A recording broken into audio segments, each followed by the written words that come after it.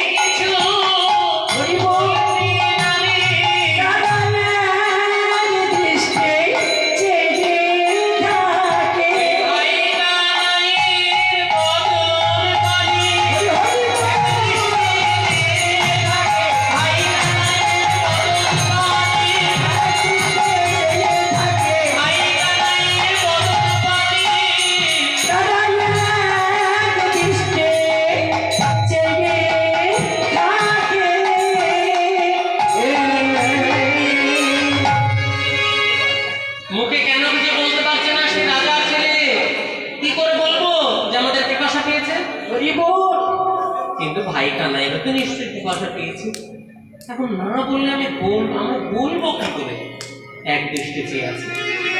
চৈতন্য চরিতামৃতে কবিরাজ গোস্বামী লিখছে তো বিভিন্ন কথা বিভিন্ন ভাষা, সেখানে লিখছে ঈশ্বর লীলা কোটি কোটি সমুদ্র গম্ভীর, আমি জীব ক্ষুদ্র বুদ্ধি সহজে অস্থির।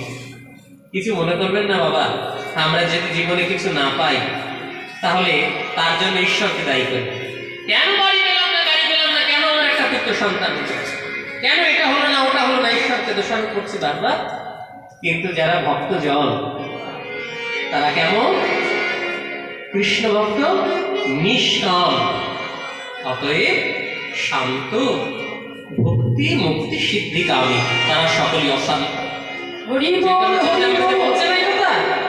তাই শান্ত মেজাজে তারা বসে আছে। কিন্তু তাদের পরিশ্রম হয়েছে, তাদের ঘাম ঝরছে। গোবিন্দের সেই একই অবস্থা, তাদের ভাষায় বুক পেটে যাচ্ছে, মানে গলা শুকিয়ে যাচ্ছে, একটু জল দরকার। কিন্তু কি করে বলি ভাই কানাই? ভক্ত যারা হয় তারা শুধু ঈশ্বরের পাদ পদ্মে তাদের মতি ভক্তি থাকে। তোমার কৃপা হলে তুমি দয়া করবে। আমি যে কথা বলবো, আমি কত বলবো, কি বলবো? তুমি তো সকলেই জানো, তুমি ছাড়া এই জগতে আর কেউ জানে না। আমার না বলা হয়তো তুমি বুঝে নিও, আমি কেমন করে দয়া করবো। তাই এক দৃষ্টি সব ভাবের ব্যাপার আর কি। এক দৃষ্টিতে চেয়ে আছে। ঠিক এমন সময় গোবিন্দ দেখছে যে ওরা কিছু না বললেও আমার তো আর সহ্য হচ্ছে না, বলতেই হয়, ভক্তের কষ্ট তো ভগবান সইতে পারবে না। তাই বলছে, শ্রীরাম সুরাম, তোরা তো কিছু বলছিস না ভাই, কিন্তু আমার তো আর সইতে পারছি না। কি হয়েছে? এখানে কি হয়েছে? বল বল বল।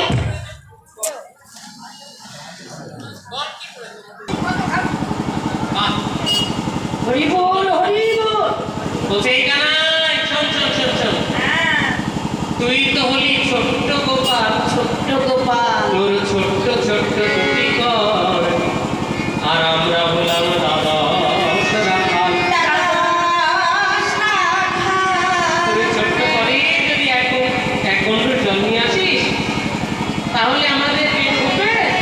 তা থেকে কাজ কর, তুই বসে থাক, আমরা দ্বাদশ রাখাল, আমরা বনে যাব, আর যেখানে জল পাবো সেখান থেকে আমরা সেবা করব আর তোর জন্য দ্বাদশ অঞ্জলি পরিপূর্ণ করে জল নিয়ে আসবো।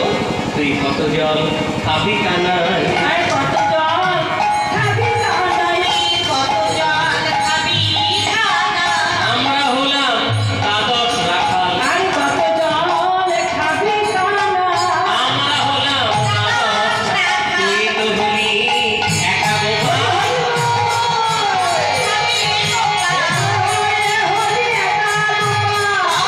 হলাম দ্বাদশ রাখাল।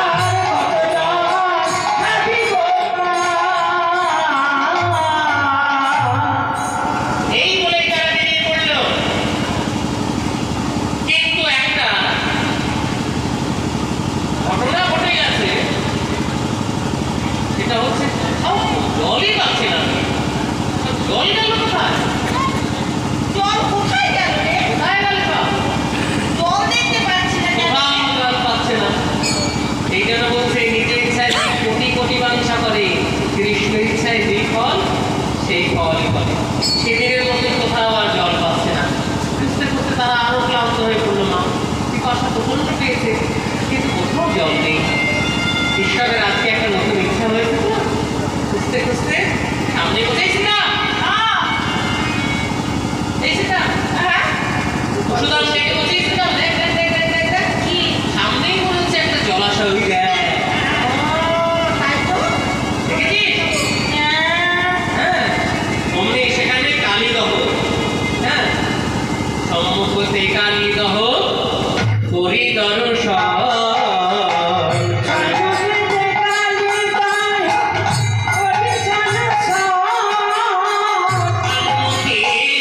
কালীদহ করি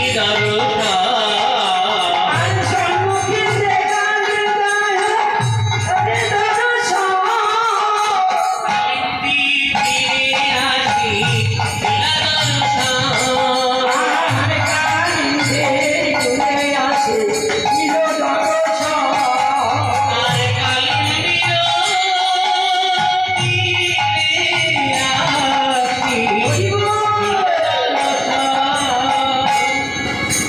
শ্রীরাম বলরামকে বলছে, শ্রীরাম বলছে, রাম বৃন্দাবনে তো অনেক ঘুরেছি রে ভাই, আরে এইরকম তো হতো দেখিনি। হ্যাঁ, যে এরকম কিছু মানে কথোপকথন করছে শ্রীরাম সুদামকে বলছে, সুদাম বাবা শ্রীরামকে বলছে, সত্যি ভাই আমরা অনেক ঘুরেছি, এইরকম তো দেখিনি। পদকর্তা পাঠকে বলছে, সাবধান, শুধু তোমরা একা নয়, তোমরা একা নও গো। তখন দিয়ে দেখেছে সেই ভুলেছে, তখন দেখেছে সেই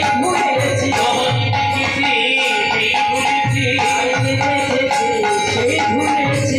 বৃন্দাবনের কালীদহ যে দেখেছে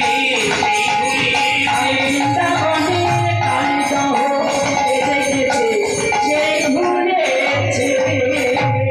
সাবধান, এখনই কিন্তু তোমাদের অসুবিধা হবে। পদকর্তা বলছে, সাবধান, আর এক পাও এগিয়েও এগিয়েও। কিন্তু তাদের আর কোনো তাই জ্ঞান নেই। তারা যেই নেমে গেছে জলের কাছে, জল পান করেছে না বুঝে, আর কে কোথায় যাবে রে বাবা? তো বিষময় জল, কালিন্দীর জল হচ্ছে কালী নদীর বিষে জর্জরিত। ওই জল পান করা মাত্রই কেউ পড়ে গেল কালীদহের জলে, কেউ পড়ে গেল কালীদহের তীরে। জল পান করে জল নিয়ে যাবে, তাদের অবস্থা শেষ হয়ে গেল। শ্রীরাম জল পান করতে সৎকার করে কাঁপছে কি এই জল পান করলাম, হাতে জল নিয়েছে ভাই, কাদাই অঙ্গ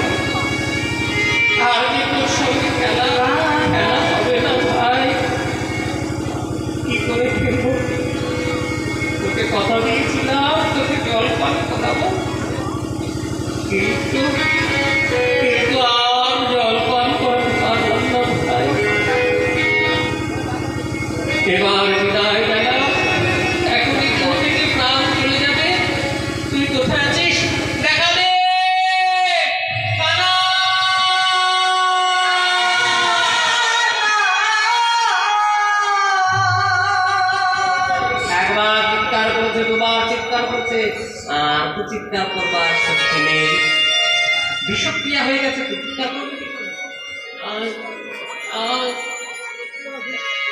এই জড়জিহ্বা সব বন্ধ হয়ে আসছে, কথা বলতে পারছে না, মৃত্যু যন্ত্রণায় ছটফট করছে, মনে মনে ভাবছে যে গোবিন্দের চরণেই তো আমাদের একমাত্র স্থান, যদি তার চরণে স্থান না পেলাম তাহলে এই জীবন তো বৃথা চলে গেল।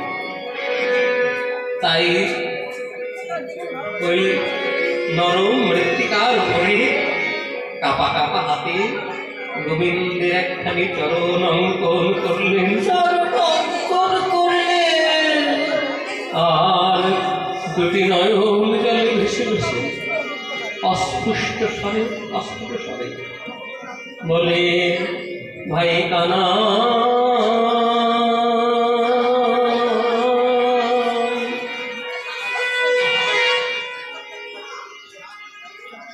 আর বুঝি তোর চাঁদ বদল দেখা হলো না,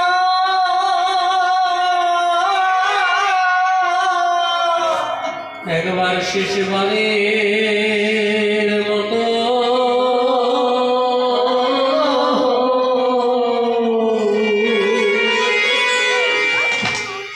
শেষবারের মতো দেখা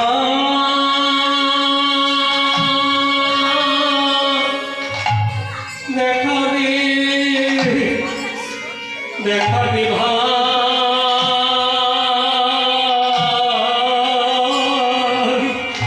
শেষবারে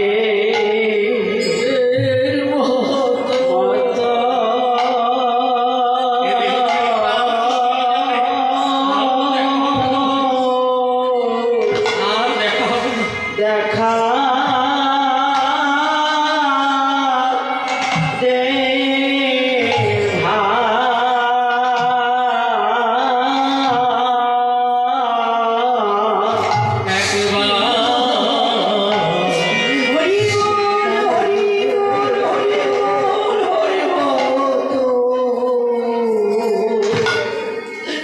শেষবারের মতো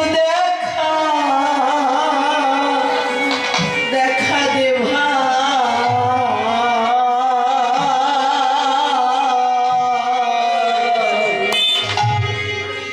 ওরে আমার হরি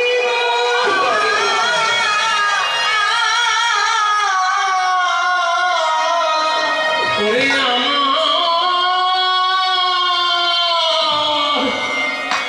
জীবন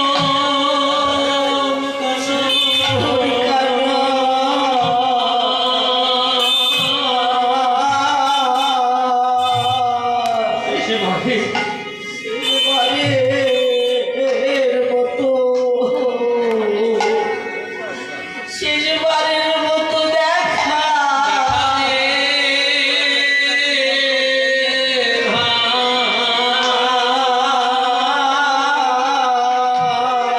আমাদের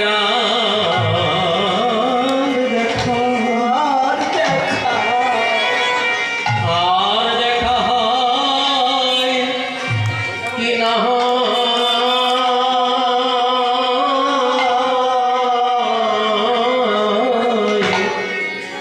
শেষবারে মতো একবার দেখা দেখা দে ভাই।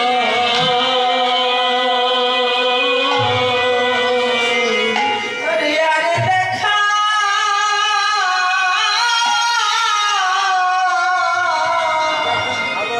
আর দেখা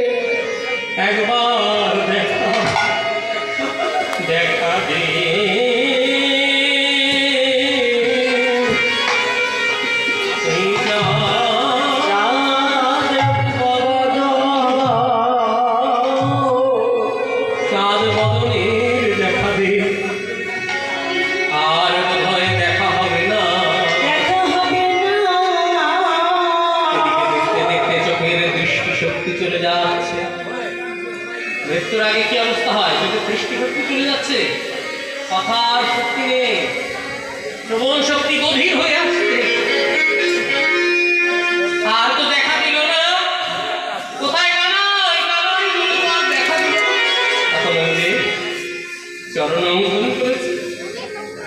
গীতায় বলা আছে যে অন্তকালে যে মামেব স্মরণ, অন্তকালে যে মামেব স্মরণ, যে আমার স্মরণ করে সে আমাকে লাভ করে। তাই মৃত্যুর সময় তো চরণ কমলে যে আমাদের কৃতজ্ঞতা জানাবার আছে। কত ভালোবেসেছিস, কত আদর করেছিস, ভাই বলে মনকে জড়িয়ে ধরেছিস, কিন্তু তোকে দেওয়া কথা তো রাখতে পারলাম না। আমি মরে যাই তাতে অসুবিধা নেই, কিন্তু তোকে যে জল পান করাবো বলেছিলাম সেই কথাটা আমার রইল না। এই বলে তোর চরণে এই জন্মের মতো স্মরণ নয়, জন্ম জন্মান্তরের মতো স্মরণ নয়। রাঙা চরণে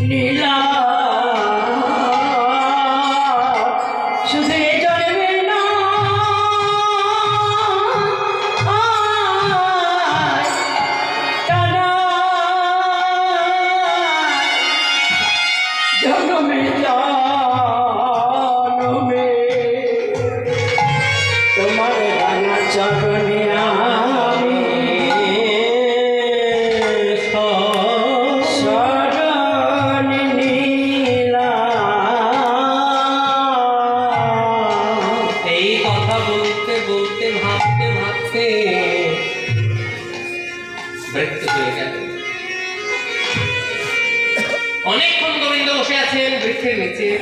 কি ব্যাপার, শ্রীরাম এখনো আসছে না কেন? কি হয়েছে? কোথায় গেল সব? বন থেকে বনান্তর খুঁজছে তখন। কোথায় সীতাম, কোথায় সুদাম, দাম সুদাম, কোথায় গেলি ভাই? খুঁজে পাচ্ছে না, খুঁজছে আর আসছে।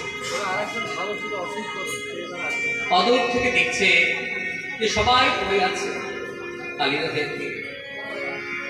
কি শ্রীরাম বলো,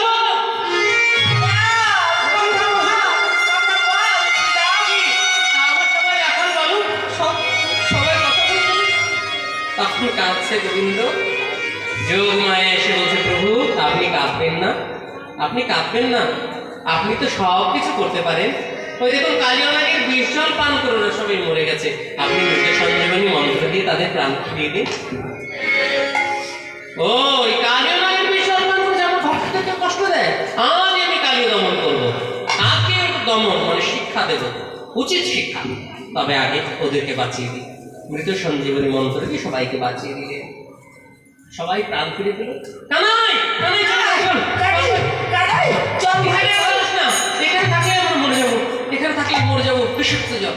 আরে দাঁড়া দাঁড়া দাঁড়া, দেখছি জলে কত বিষ আছে, জলে না নামলে তো জলের বিষ দেখা যাবে না, দেখি।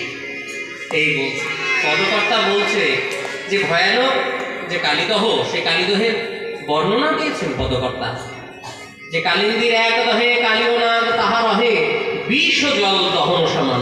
কেমন সে